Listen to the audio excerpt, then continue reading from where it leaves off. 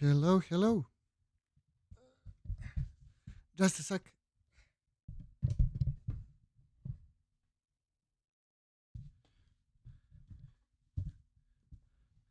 All right. Hello. Now my channels are off.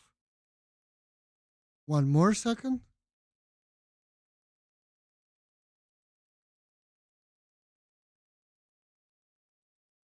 Is it okay now?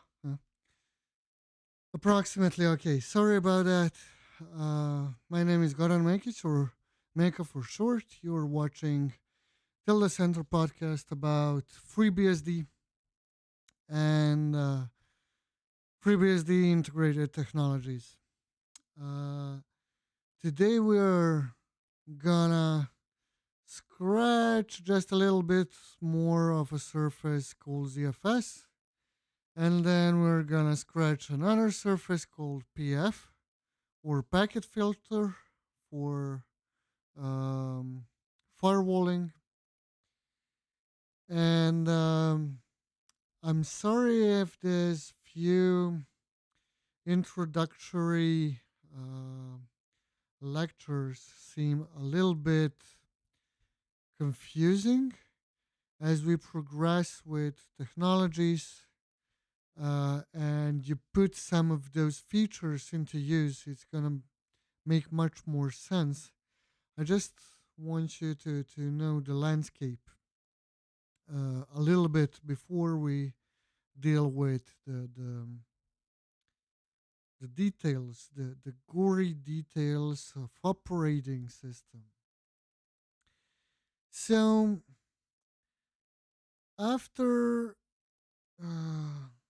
last week, I realized it's really good that I shown you that you can take a snapshot, but so what? I didn't show you how to roll back. And the command is no wonder ZFS rollback.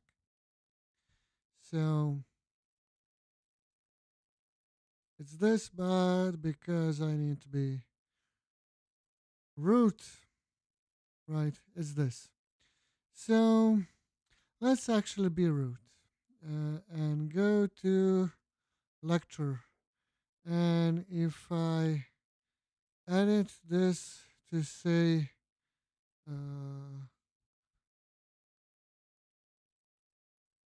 another week, another FreeBSD step, for example, press escape. You want to leave the editor while saving changes, and this is what it says now. But if you roll back to original, this is the original data that was in this file. And it's not about the file. These, the, how to say, the granularity of snapshot is on a data set. So this is our data set that we're working on. And actually, and these are our snapshots. So I know that I have lecture original. That's why I used it here. Okay, so yeah, one clearly an oversight on my side is to show you what snapshot is actually about. It's about being able to retrieve the original data, the snapshotted data. Um, you can think of it as a snapshot in time, especially if you name it like this. So it's a time based, and it's really well. It's a cool way of thinking. Now there are really quite a few engineering marbles in ZFS, but I'm gonna be real scarce about them. Let's say that Copy and write is one of technologies that enables ZFS to be uh, cool in a sense that uh, it makes snapshotting almost trivial operation because the structure that actually holds the data is well structured in a way that um, you have one like entry point for all your data, and it's like choosing the door. Snapshots are like choosing the door, which pathway you want to choose. On a technological under the hood way, it's like choosing which Uber block you want to read, which is technically a snapshot. There is more to just snapshotting, right? I mean, ZFS didn't invent snapshotting. Even UFS has snapshots. It's just a different kind, a different approach to them that makes them kind of cool. Um, there is a lot more about ZFS. One really cool feature is that uh, all file systems um, hold their data in blocks. I'm not gonna go into what uh, blocks are. Just imagine it's like a sequence of bytes that represents your file, and these blocks are placed on an actual hard drive, SSD, whatever you use. And a really cool thing with ZFS is that part of that block, really small part of that block, is not really, but I'm gonna get to that. A really small part of that block is a checksum. Checksum is what um, technically it's a mathematical prime number, blah blah blah formula. But what it provides is that when you uh, take a hash of something and uh, of some value, it's a really small probability that you're going to generate the same hash using different data. So, to a degree, you know that if hashes match, then the data is not corrupted. So, if this little part of block called the hash uh, corresponds to this data, and when you take a hashing algorithm and take this portion of a block and it gives you a hash, if it matches, then everything is cool. It's a valid. Now, technically, it's not part of a same block. It's what they call a geometry of a disk. Uh, Especially had more meaning when it was a spinning disk, a hard drive. Uh, you would want to um, geometrically put block and the hash on a different parts of a hard drive so that if one part dies, the other one lives. The idea behind it is uh, you don't get to destroy everything. Maybe you can check the hash, and if you have one drive, that's just gonna tell you your data is bad. But maybe you have a RAID. RAID is a way of not just ZFS, but it knows how to manage multiple drives, maybe. Have a redundant data, and that then these hashes really come into play. Maybe one of the drives has a bad block, so just ignore it. It's a really cool way to have really small amount of data that represents validity of a big one. So it's a good way to check if it's valid. And yeah, I mean it has all kinds of different things that just gonna mention the terms. There are ZFS clones. They are clones of a snapshot, and when you write to the clone, only difference between the snapshot and the clone is remembered, because ZFS inherently works as a copy and write. So it's a feature that came with copy and write. It really came natural, right? There is something with FreeBSD 13 since switching to OpenZFS. Uh, ZFS dataset can be encrypted. So before you use it, you have to type in the password. And there's really yeah, one of the cool ones is you have really smart compression that will try to compress your data, and if the ratio compared between raw data and compressed one is too low for, I don't know, I'm gonna just make up like 300 milliseconds, then okay, there's no point in compressing that data. It's probably already compressed or uncompressible more. So just remember it as a block, right? So it can save a lot of space. For example, if you have, I don't know, text files are really obvious choice, but maybe you have, um, like my wife does, raw photographs. It really helps to have a lossless compression and a raw photography. Or whatever is in a raw state that can be really crunched down with, I don't know, gzip or xz or whatever you like to use.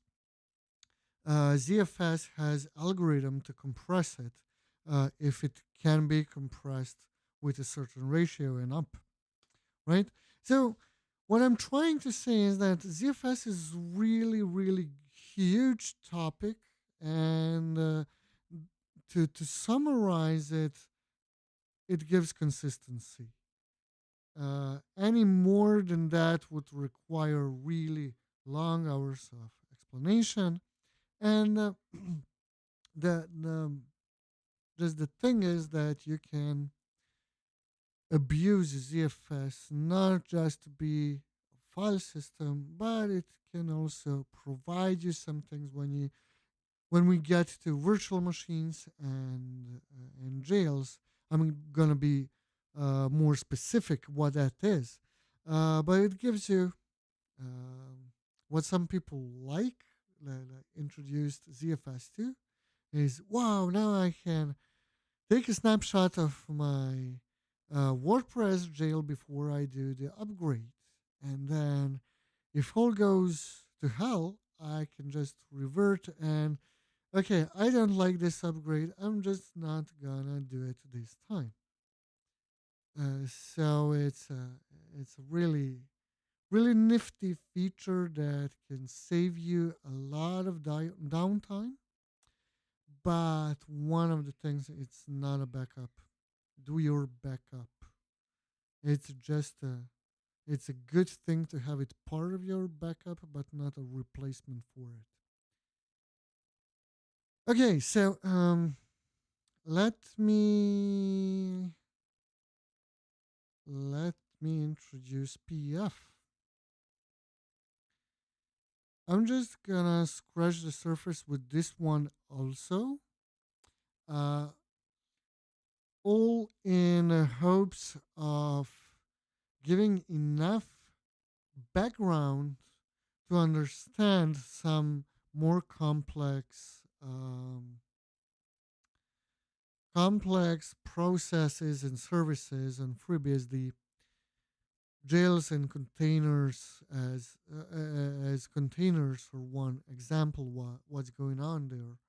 and virtual machines are, well, pretty nifty.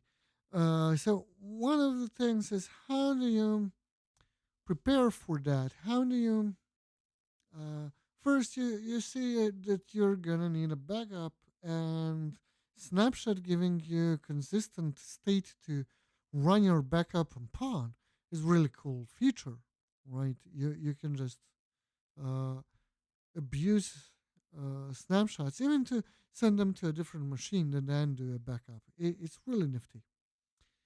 So PF is one of the technologies, well, any firewall on any, basically, I don't know, hosting, storage, whatever your needs are for a server.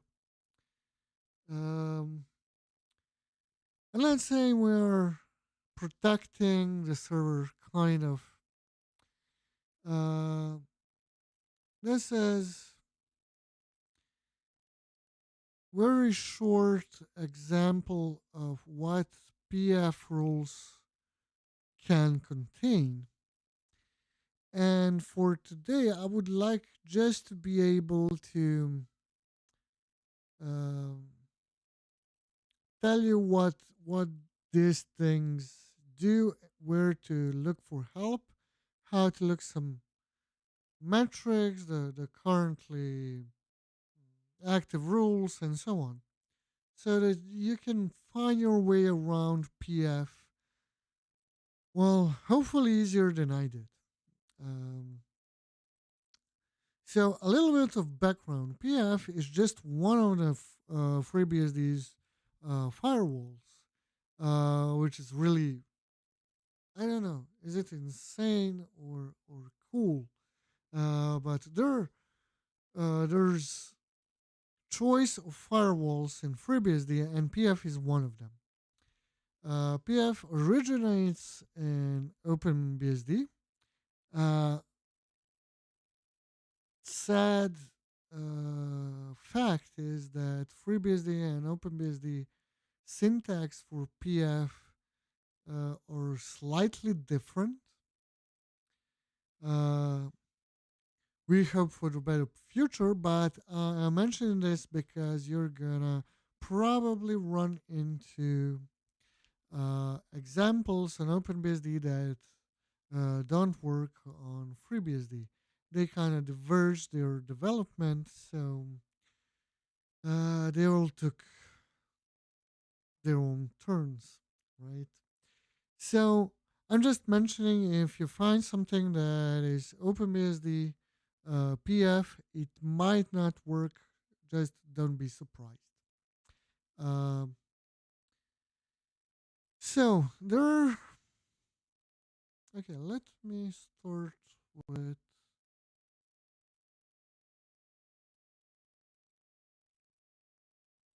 introducing what a macro is.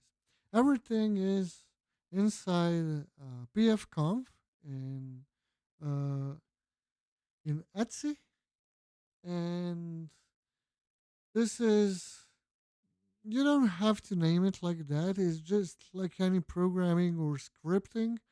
Uh, it's nicer if you give some variable names. Variables are, for some reason, in PF called macros. And there are tables that I'm gonna cover in just a second.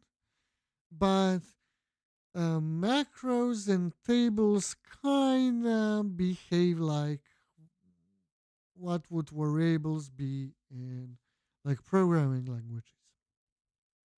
So macros are really just the declaration of a value, giving it a name. So you can use xdiff everywhere else except not writing the value, right? Like these two examples here. So if you change your driver or the card, you can just replace this with, I don't know, let's say it's re1, or bit something like this, right? And then you reload and everything is peachy. it works as expected, right? I'm just gonna turn this back on because if I fiddle with a firewall, this is going to be a really short podcast. So yeah, then these are declared and they are unchangeable over time. Most, actually, if I skip the tables, all of these are unchangeable over time. These rules apply. The tables are um, special in a way that you can use external command to add more IP addresses to the table so that this rule extends to the new added IP address also, right? So the table is somewhat dynamic list of usually IP addresses that you're going to do something with. And it helps you organize your firewall better. So besides tables, the only kind of dynamic thing is anchor. There are anchors and redirection anchors. I'm just using redirection anchors for CBSD also. And let me just tell you that they are like a subset of rules that you can apply to something. It doesn't have to be specific to, for example, it's CBSD here. It can be server slash something, whatever you call your server. Uh, and it helps you organize your firewall better, like in a tree, because this is a recursive anchor because it contains this asterisk. It could have been just this and then it's one, but this way all anchors below CBSD are active or loaded. And these are only two anchor and table or only two dynamic things in PF that you should be aware right away. I don't think that there's anything dynamic left, but yeah, the thing is, let's see how this translates to what it does, what its options do. So if you look at the option, it's like set the option to block policy to drop. There is on a network, there is a polite way of saying there's nothing here on this port, and there's just dropping the request and just totally ignoring it. You can see that dropping it reduces your reply. So default policy is to just, if you're gonna block something, then totally ignore it. And whatever is happening on a local host on your own machine, represented with low zero, just skip it. No, just totally go. If you encounter something on this interface, just skip PF altogether. Uh, Scrubbing is something I'm not gonna bore you about at the beginning. It would be too much, but there is sometimes a way to um, have network packages abnormally fragmented or whatever, and before you can actually use them as data, they have to be normalized. And that's what scrubbing does. It normalizes your input. So there's no way of some maliciously crafted package to pass through, ideally.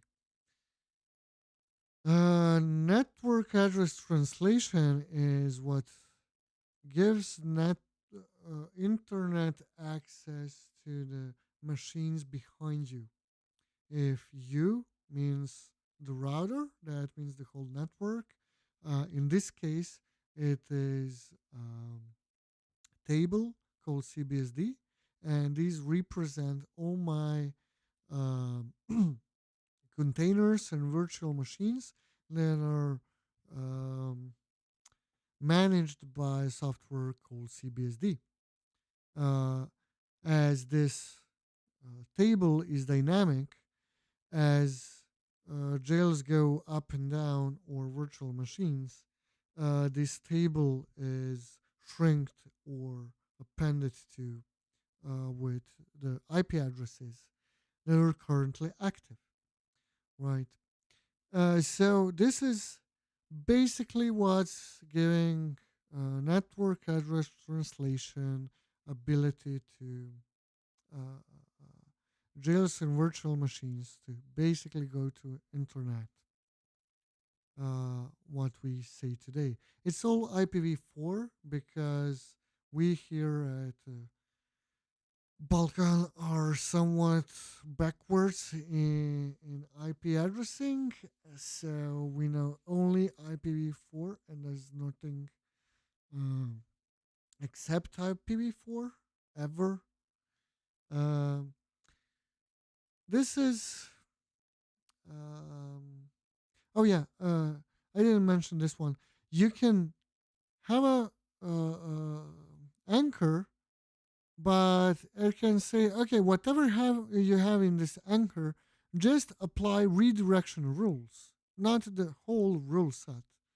Uh, and whatever you're doing, the only interface to apply it on is this one. So you can't go totally wild in your anchor doing whatever you want. This is somewhat pre-configured limit for your anchor. What it can do, what it can load. An anchor can look just like this file, right? It can contain all of these macros and options and whatnot, but the final loading in pfconf will say impose additional limits like which interface to be active on. Uh, Anti-spoof is yeah. This is normalization, and this is about okay, if maliciously crafted package comes in, just drop it. So there are some things at a TCP IP level that you can spoof, and if you just act normally, this is never triggered. But sorry, sorry. But if you try finding business, just drop those packages that come on external interface. We kind of trust our own network. I mean, home network at least. So, and finally, there are rules. Every firewall has rules, and so the I made the default one to block everything that comes in on external interface, but ignore the others. And this is my desktop, so there's no network behind it. Uh, Probably for your router, you want a different setting. So I'm kind of trustful towards everyone except external interface. And whatever goes out, pass it out. But this doesn't only mean pass it out, it means also remember that it passed out, so all the replies also pass in. And a PF is uh, last matched rule is active unless you prefix it with quick. Then whenever it's triggered, PF parsing stops there, and that's going to be the active rule. So that's why this is here. That's why quick rules are usually the ones cut off the malicious stuff, then deal with the rules properly, like these ones. And you can see that uh, allow SSH, allow some, I don't want to call them basic protocols, but some helping control protocols. And these two use these macros, these, I would say variables, but macros. And when you add something to this, I don't know, like IRC port, then reloading the rules will just take the in this rule take this change into account. Okay, now probably you can read every um, every PF rule just like English. If you know just terminology, what scrub is, what anchor is, network address translation, right? This is just English. That's a big if, right? Because it's a network, there's a lot of stuff to be learned.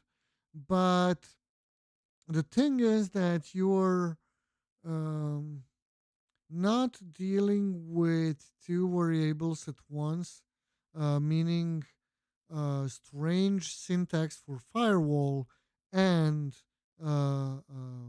well, the networking itself is a pretty complex topic, and protection, it's a really complex topic. So let's see what it all does. These are the rules, but how do I know that that's active? So this is going to show all your rules on PF that are currently active, and you can see that this looks familiar. So translation rules come first, and well, you can see that macros are replaced.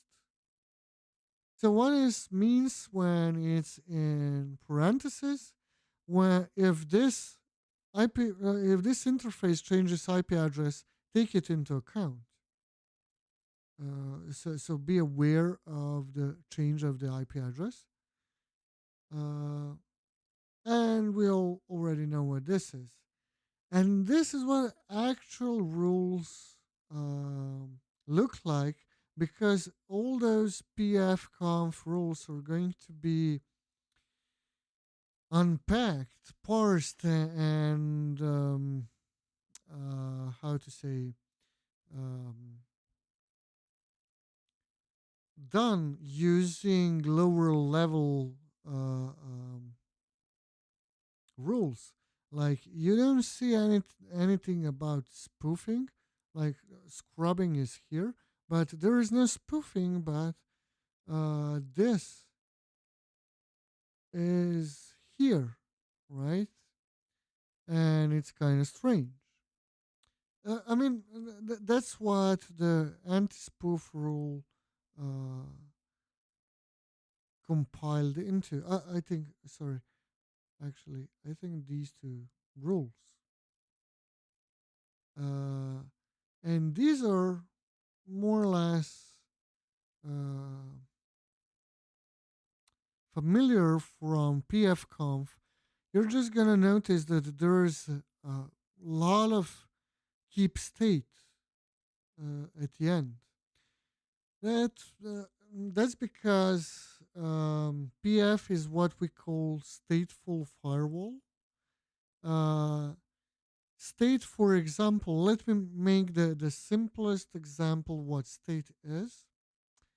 Let's say that uh, you have some server and I'm trying to access that server. So my machine is going to generate the first package, TCP package, assuming it's a TCP, that's gonna go to your machine and request some data. That's, for example, how HTTP works, how SSH works, right? How TCP work. Or, I mean, usually all request response uh, architectures are called that for a specific reason, right? That's the reason. So once I request something from your server and it replies successfully, that is called the state. It's like a channel of communication. And if that channel, that state, is successfully established, then all uh, communication using that same channel or that same state is not going to be scanned anymore because it was scanned while establishing that state, right? That's why it says established and this has states in it, right? So PF is going to talk about states a lot, not connections, not disconnections, and so on. So that's a really mm, good terminology to know when starting with PF. You're actually talking about uh, states when you say pass this or pass this in or pass out, right? This is we said. Let me actually show it one more time. There is pass out rule, but when we look at the currently active rules, there is, all right, pass out, all flags SSA keep state, right? So every outgoing package that is going to create a state, keep that state, basically telling if this passing out package creates a state, keep it so you don't have to reevaluate the incoming packages as they arrive. And this is how you should read the states or keep states. Well, why it's there and why not.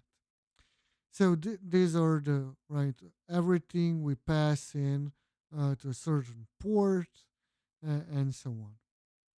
Mm, You're gonna notice that TCP has this flag, right? This is a TCP. UDP doesn't, right? But to actually go through all of this, why is there, what it actually means, it's quite a ride. There are quite a lot of things you can learn about network and PF together. Um, yeah, and you can see this is what I wanted to show. There, what are active tables? This is one CBSD, and when you look at here, this is where this table is used to let my jails out. wanna wanna blast me? Let my jails out. Hmm. Anyway, there is something cool I haven't tried, but I will probably. PF has fingerprinting. It's not too heuristical fingerprinting of operating system, so you can say, okay, I don't want any Windows on my network. Just drop those packages. So of course, more than Windows is there because there are almost 800 fingerprints that are active, and I think this is the fingerprinting file. Right, these are the fingerprints, but I don't think this is 700. Right, maybe it is. All right. Uh, so it's not only about packages. Sometimes you can use some other techniques to block incoming traffic based on some other criteria or some other software. You can see that if, for example, I can create a table that I'm gonna call bad guys, and I can say here block and quick from bad, bad guys. All right. So whatever I add to this table is going to be blocked right away. Now, naturally, I'm not gonna apply this rule, but what I'm gonna show you is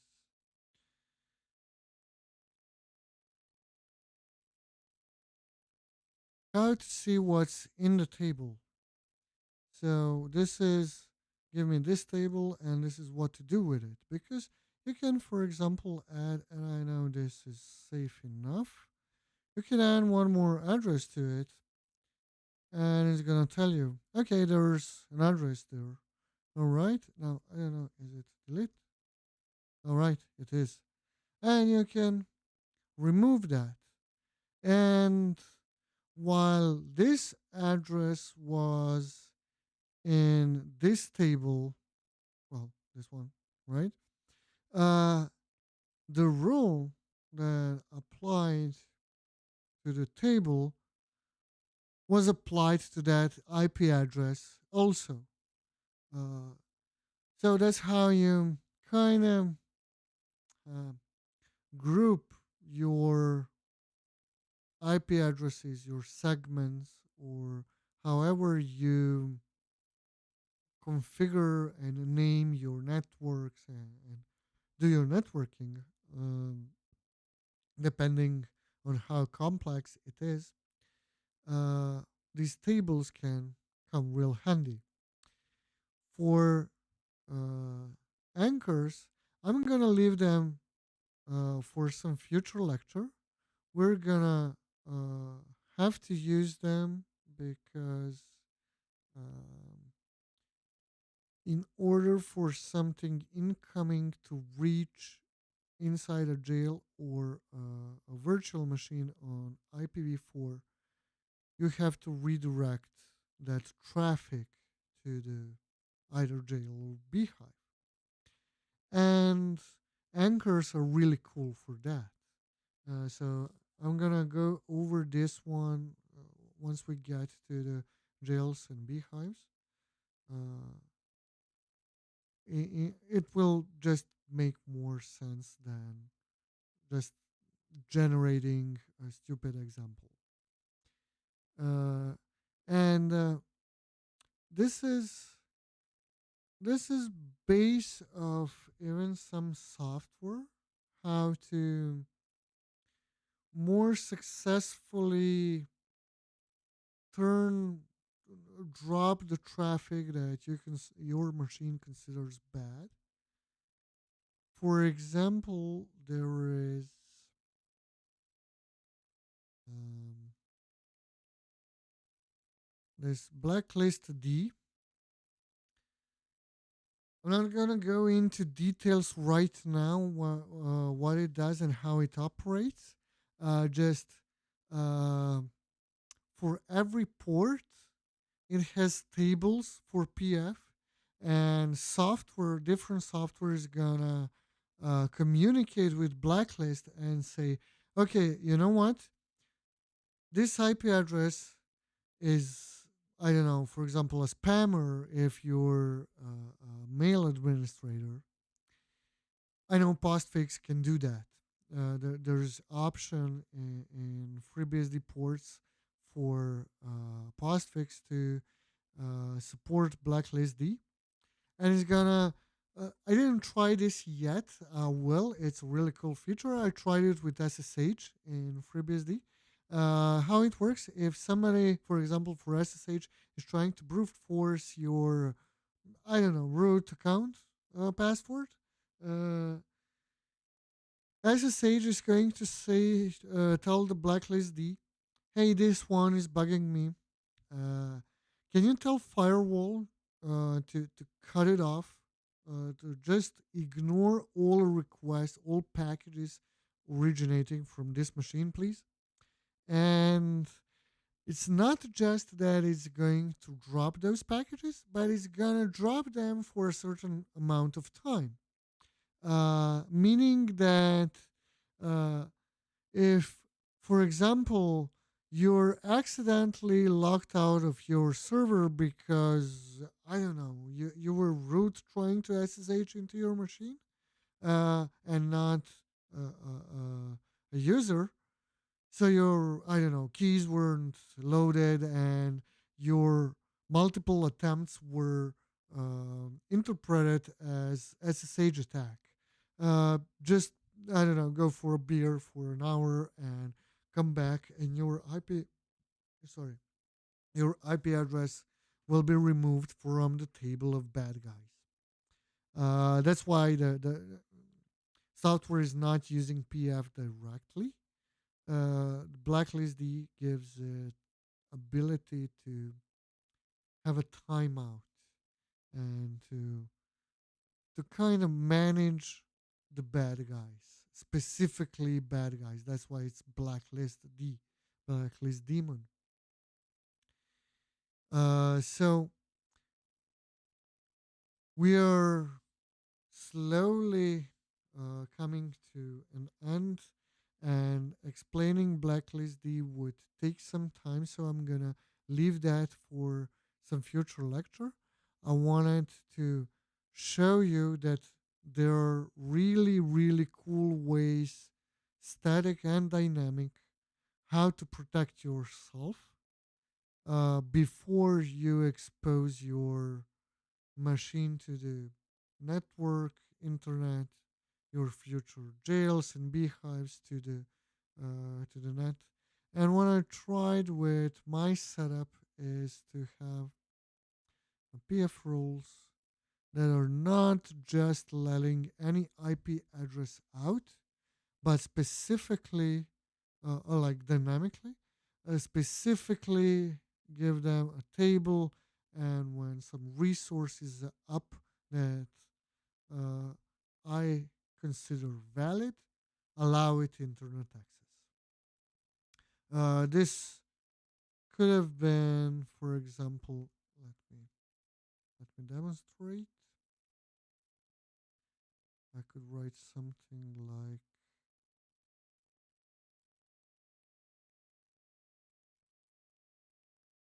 this, and this looks more familiar to network people. So this whole segment, this whole address range would be um, under network address translation. And I didn't want that. I wanted, if it's a jail or um, a Beehive virtual machine, then CBSD is going to actually the hook, one hook in CBSD is going to tell PF, okay, add this to this table, and then give system administrators and network administrators ability to say, okay, this is all CBSD. I'm gonna configure it any way I want. not just exposing everything to the internet. I'm gonna be more selective who I'm gonna allow internet access. That's more mm, technical term. So these are all ways to protect yourself, uh, snapshotting and backup against failure, uh, firewall against malicious packets, against malicious activity on the network. And what we are going to talk about next week is how do you actually put this into use? I'm keep promising there's this thing called jails, and then they're really cool with ZFS and PF. Just there's no jail in sight. So we're going to start with uh, the basics of a tool called cbsd and reggae, uh, and how we progress. We're going to look deeper and deeper what underlying technologies allow us to have what cbsd and reggae provide uh, as tools, right? Because they are just tools that handle what's already in FreeBSD, and you can do it manually. Just it's more automatic this way. So that's what we are going to concentrate on next week, and we're going to see it's really cool container technology, one of the first containering technology around, and how it integrates with the rest of the ecosystem, like PF, like ZFS, like snapshotting, like all the other beautiful stuff, and why we love it. That would be all for this week. Thank you for your attention. If you have any questions, you can either comment on the video or uh, use our um, Twitter channel. If you type anywhere Tilda Center, you're gonna find us. Probably Tilda Center FreeBSD is gonna be just one, unfortunately. So if you have any questions, just don't hesitate to